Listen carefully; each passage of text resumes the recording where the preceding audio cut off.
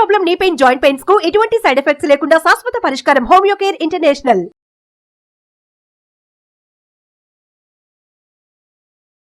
నమస్తే, welcome to Suman TV. నేను మీ Suman TV Usha. 2025 సంవత్సరానికి సంబంధించి ప్రతి ఒక్కరు జాతకరీత్యా మాకు ఏ విధంగా ఉండబోతుంది, దాంతోపాటు ఏ విషయాలలో మాకు కలిసి వచ్చే అంశాలు ఉన్నాయి, మేము వ్యాపార రీత్యా ముందుకు వెళ్ళొచ్చా, దాంతోపాటు వివాహానికి సంబంధించి, సంతానానికి సంబంధించి, ఎడ్యుకేషన్కి సంబంధించి, కొంతమంది విదేశాలకు వెళ్ళాలనుకుంటూ ఉంటారు. మాకు ఈ సంవత్సరం ఆ అవకాశం ఉందని కూడా అడుగుతూ ఉంటుంటారు. సో ఓవరాల్గా ఏ యాంగిల్లో కనుక మనం చూసుకున్నా, నక్షత్రాల వారీగా కనుక మనం గమనిస్తే 2025 సంవత్సరానికి సంబంధించి ఏ విధంగా ఉండబోతుంది, ప్రత్యేకించి ఈ నక్షత్రాల వాళ్ళు ఏ విషయాలలో జాగ్రత్తలు వహించాలో మనతో పాటు ఉమా దేవరకొండ గారు ఉన్నారు. ఆయన అడిగి తెలుసుకుందాం. నమస్తే అండి. నమస్తే అమ్మా. రోహిణి నక్షత్రం వారి కనుక మనం చూసుకుంటే ఓవరాల్గా 2025 సంవత్సరానికి సంబంధించి అసలు ఏ విధంగా ఉండబోతుంది అంటారు? ప్రత్యేకించి అందరూ అడిగేది ఏంటంటే సంతానానికి సంబంధించి అడుగుతుంటుంటారు, మా పిల్లలకి ఏ విధంగా ఉండబోతుంది, అండ్ దాంతోపాటు ఏ విషయాలలో జాగ్రత్తలు వహించాలి, వ్యాపారంలో పెట్టుబడులు మేము పెట్టవచ్చు, మాకు ఏ వ్యాపారం కలిసి వస్తుంది అని. సో వీటికి సంబంధించి మనం ఏం చెప్పొచ్చు అంటారు? ఇక్కడ రోహిణి నక్షత్రము 2025 మనం రెండు అంశాలు తీసుకుంటే 2025లో సంవత్సరం మారబోతోంది. మనం 2025 కింద మాట్లాడుతున్నాము, కానీ విశ్వావసు సంవత్సరము మార్చి తర్వాత వస్తుంది మనకి.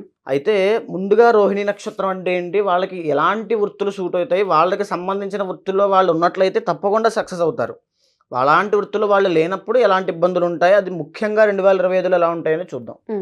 ఈ యొక్క రోహిణి గురించి శాస్త్రం చెప్పినటువంటిది శకటం పంచరోహిణి అంటారు.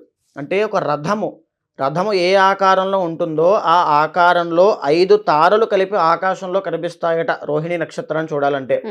ఈ రోహిణి నక్షత్రంలో ఒకవేళ డేట్ ఆఫ్ బర్త్ లేకపోతే ఓ వా వి వు ఈ అక్షరాలతో కనుక పేరు మొదలైతే కనుక వాళ్ళది రోహిణి నక్షత్రం కింద పరిగణించబడచ్చు. వృషభ రాశిలో 10 డిగ్రీల దగ్గర నుంచి 23.20 డిగ్రీల దాకా చంద్రుడు సంచరిస్తున్నప్పుడు ఎవ్వరు ఏ జీవరాశి మానవుడు జన్మించినా సరే రోహిణి నక్షత్రం కింద పరిగణించబడతారు. ఈ యొక్క రోహిణి నక్షత్రంలో ఒక మహానుభావుడు జన్మించాడు. ద్వాపర యుగంలో భగవద్గీతను ఉపదేశించినటువంటి మహా మేధావి, ఆయన గురించి అందరికీ తెలిసి శ్రీకృష్ణ భగవానుడు రోహిణి నక్షత్రంలో జన్మించారు. ఈ యొక్క రోహిణి నక్షత్రానికి ఉన్నటువంటి ఏంటంటే అన్ని నక్షత్రాల్లోనూ కేవలం రోహిణి నక్షత్రానికి జ్యేష్ఠ నక్షత్రానికి రెండిటికి మాత్రమే సర్వదోషాలు ఉంటాయి. అంటే 4 పాదాల్లోనూ దోషం ఉంటుంది. రోహిణి నక్షత్రం వాళ్ళు జన్మిస్తే తప్పకుండా నక్షత్ర శాంతి చేయించాలి, బాల అరిష్ట శాంతి చేయించాలి, లేకపోతే జీవితంలో 12 సంవత్సరాల లోపు గండాలు ఉంటాయి వాళ్ళకి, ఆరోగ్య సమస్యలు. ఎవ్వరు రోహిణి నక్షత్రం అయినా సరే మీరు చూసుకోవచ్చు, 12 సంవత్సరాల లోపు ఆరోగ్య సమస్య, పడిపోవడమో లేకపోతే ఇబ్బందో, వాళ్ళ మేనమామకి ఇబ్బందో. కంసుడు కదా, శ్రీకృష్ణ భగవానుడికి కంసుడు మేనమామ, ఆయనకి ఇబ్బంది కలిగింది. ఆ రకంగా మేనమామకి ఇబ్బందులో తండ్రికో తల్లికో కుటుంబ సభ్యులకో నష్టం కలగడమో ఖచ్చితంగా జరుగుతుంది. సో పుట్టినటువంటి సమయం ఆధారంగా రోహిణి నక్షత్రం అయితే తప్పకుండా ఈ యొక్క నక్షత్ర శాంతి, అంతర్గత జాతకంలో కనుక బాల అరిష్ట దోషాలు ఉంటే బాల అరిష్ట శాంతి తప్పకుండా చేయించాలి. అప్పుడు వాళ్ళకి ఆ దోషం నుంచి బయటపడతారు. ఇంకా రెండవది, రోహిణి నక్షత్రం వాళ్ళు చాలా తెలివైన వాళ్ళు. ప్రతి ఒక్కరూ కూడా ఏ పని చేసినా దానికి ఒక పరమార్థం అనేది ఉంటుంది. మీరు ఇక్కడ ఏదో ఒక వృత్తి చేస్తున్నారంటే జీవితాన్ని కొనసాగించడం కోసము, ఫ్యామిలీని ముందుకు తీసుకెళ్ళడం కోసము. కానీ రోహిణి నక్షత్రం వాళ్ళు ఏం చేసినా ఒక సుఖం కోసం, భోగం కోసం. అంటే వాళ్ళు ఎప్పుడూ కూడా, రోహిణి నక్షత్రము చంద్రుడి యొక్క నక్షత్రము, ప్రజాపతి అధిపతి. అంటే వాళ్ళు ఎప్పుడు ఏం చేసినా సరే ఒక రకమైనటువంటి ఎంజాయ్ అనేది ఉంటుంది. ఇంకెలా చెప్పాలంటే ఎప్పుడూ ఆడుతూ పాడుతూ జీవించేస్తుంటారు. చాలామందికి 100 ప్రాబ్లమ్స్ ఉంటాయి, తలనిండా అప్పులు ఉంటాయి, ఏం చేయాలో తెలియదు, కానీ వాళ్ళు మొత్తం నవ్వుతూ ఉంటారు. అదే ఈ రోహిణి నక్షత్రం వాళ్ళు. ఎన్ని ప్రాబ్లమ్స్ ఉన్నా ఏ ఇబ్బంది లేకుండా బతికేస్తారు వీళ్ళు. అయితే వీళ్ళకి కష్టపడినా కష్టపడకపోయినా జాతకంలో అదృష్టం అనేది వెంటనే టకటక వస్తూ ఉంటుంది. జాతకంలో అంతర్గతంగా కాదు, యూనివర్సల్గా గోచారపరంగా కార్లు, బంగళాలు, గొప్ప గొప్ప స్థాయికి వాళ్ళ పరిచయాలు, తర్వాత ఆడవాళ్లతో సాంగత్యము రోహిణి నక్షత్రం కాబట్టి, తర్వాత కొత్త కొత్త బట్టలు, అంటే వేసిన బట్టలు వేసుకుంటారు, కట్టిన బట్ట కట్టకుండా కడుతూ ఉంటారు రోహిణి నక్షత్రం వాళ్ళు. అంతర్గత జాతకంలో చంద్రుడు చాలా బాగుంటే యోగం పడుతుంది వాళ్ళకి. తర్వాత పెద్ద పెద్ద విలాసవంతమైన ఇళ్ళు, వస్తువులు, కార్లు, ఈ వాహనాలు అన్నీ అనుభవించడము, ఈ రకంగా ఉంటుంది. అయితే రోహిణి నక్షత్రం వాళ్ళు వృత్తిరీత్యా డబ్బుకు సంబంధించి, ఇప్పుడు నేను చెప్పినటువంటి విలాస వస్తువులకు సంబంధించిన వ్యాపారాలు, బ్యాంక్ మేనేజర్గా ట్రై చేయడము. ఎవరైనా సరే మీది రోహిణి నక్షత్రం, మీకు జాబ్ రావట్లేదని బాధపడుతూ ఏ ఫీల్డ్లోకి వెళ్ళాలి అనుకుంటే ముఖ్యంగా అంతర్గత జాతకం చూసిన తరువాతనే నిర్ణయించుకోవాలి. కానీ రోహిణీ నక్షత్రానికి బ్యాంకుకి సంబంధించిన విషయాల్లో, వాటికి సంబంధించిన జాబ్ విషయంలో చాలా బాగా సక్సెస్ అవుతారు.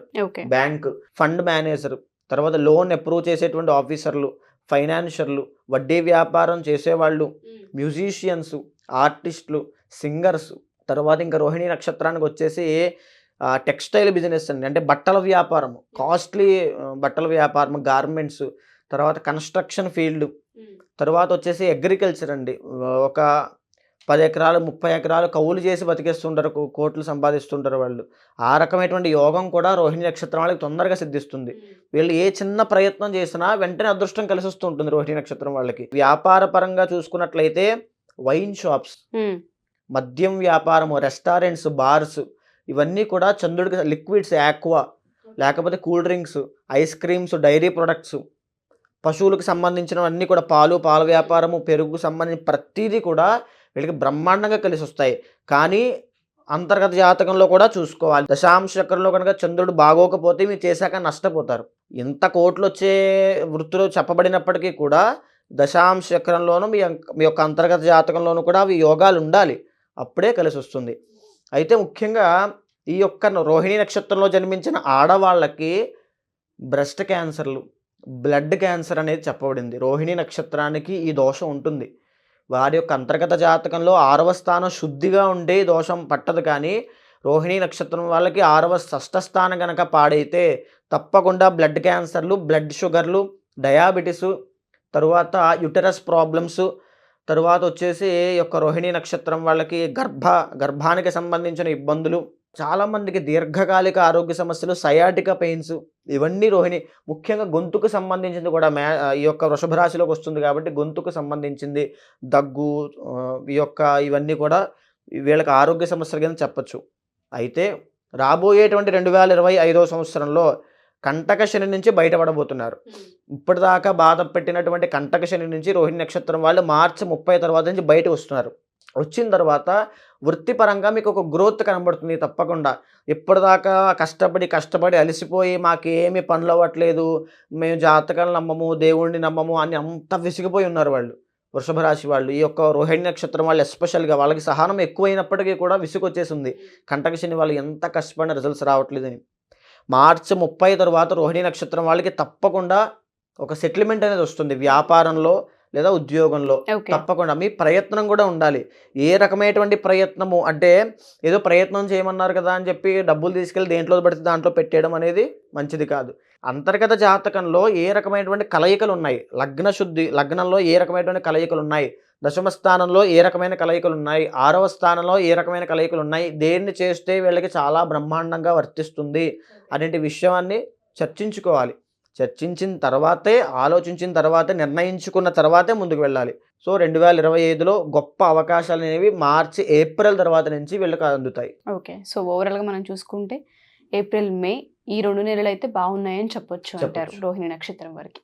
థ్యాంక్ యూ అండి, థ్యాంక్ యూ సో మచ్. నమస్తే. సో ఎవరైనా సరే మా ఈ వీడియో కనుక చూస్తూ ఉంటే, మీరు కనుక నక్షత్రాలు కనుక వీడియోస్ చూస్తుంటే మీకు అర్థమవుతూ ఉంటుంటుంది కొంతవరకు 50% ఏ విధంగా ఉంటుంది ఈ నక్షత్రాల వాళ్ళకని ఉమాదేవరకొండ గారు మీకు ఎక్స్ప్లెయిన్ చేశారు. అండ్ అంతర్గత జాతకం మీద మిగతా డిపెండ్ అయి ఉంటుంది. ఎవరైనా సరే మా ఈ వీడియోస్ చూసిన తర్వాత మీరు ఒకసారి కన్సల్ట్ అవ్వాలి అనుకున్నా, అపాయింట్మెంట్ తీసుకోవాలి అనుకున్నా, నూతన సంవత్సరానికి సంబంధించి వ్యాపారాన్ని మొదలు పెట్టాలి అనుకుంటున్నాము, లేదంటే ఉద్యోగంలో మారాలి అనుకుంటున్నాము, లేదంటే ట్రాన్స్ఫర్ ఉంది మాకు అని మాట్లాడుతూ ఉంటుంటారు. ఇవన్నీ కలిసి వచ్చే అంశాలా కాదా, మాకు ఏ విధంగా ముందుకు వెళ్తే మంచిది, ఆర్థికంగా మేము బలపడతామా లేదన్న వాటిపైన మీకు కనుక వివరణ కావాలి అనుకుంటే కింద స్క్రోల్ అవుతున్న కాంటాక్ట్ నెంబర్ని కాంటాక్ట్ చేయొచ్చు. Thank you.